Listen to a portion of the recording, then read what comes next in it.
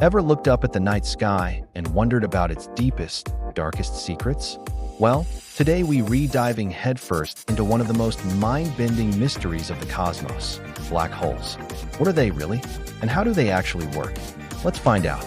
Imagine a star, much more massive than our sun, living out its life for millions of years.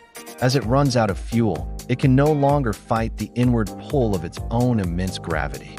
The star begins to collapse in on itself, squeezing all of its mass into an infinitesimally small point. This point is called a singularity.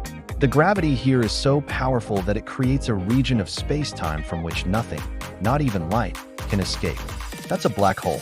Think of space-time as a giant, stretchy fabric. A massive object like a star creates a dip in this fabric.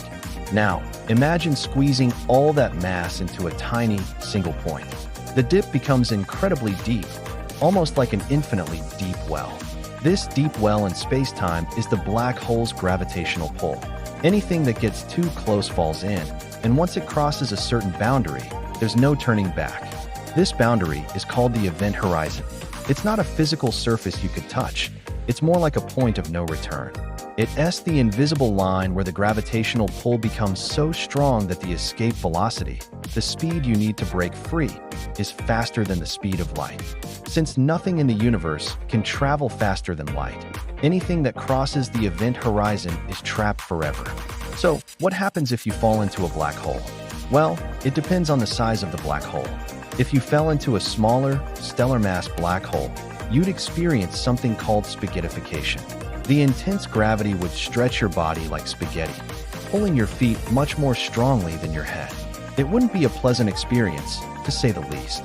But if you were to fall into a supermassive black hole, the kind found at the center of galaxies like our own Milky Way, the experience would be different.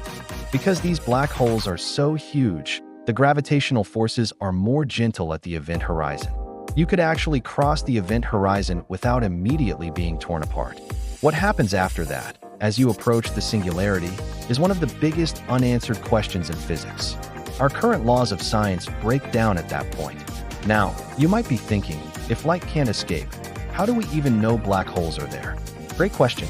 We can't see them directly, but we can see their effects on the space and stars around them. We can observe stars orbiting what looks like empty space, moving at incredible speeds. The only explanation is a massive, invisible object pulling them in, a black hole.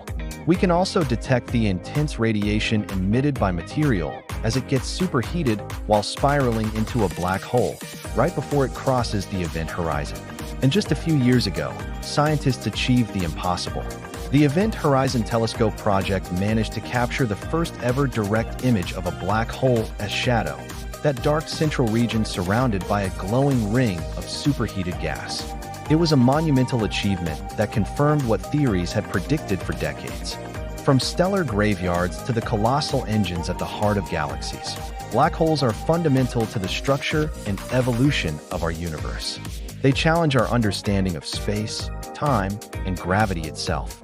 While they remain mysterious, each new discovery brings us one step closer to unlocking the universe's deepest secrets. Thanks so much for joining me on this cosmic journey. If you found this as fascinating as I do, make sure to like this video and subscribe for more deep dives into the wonders of our universe. See you next time.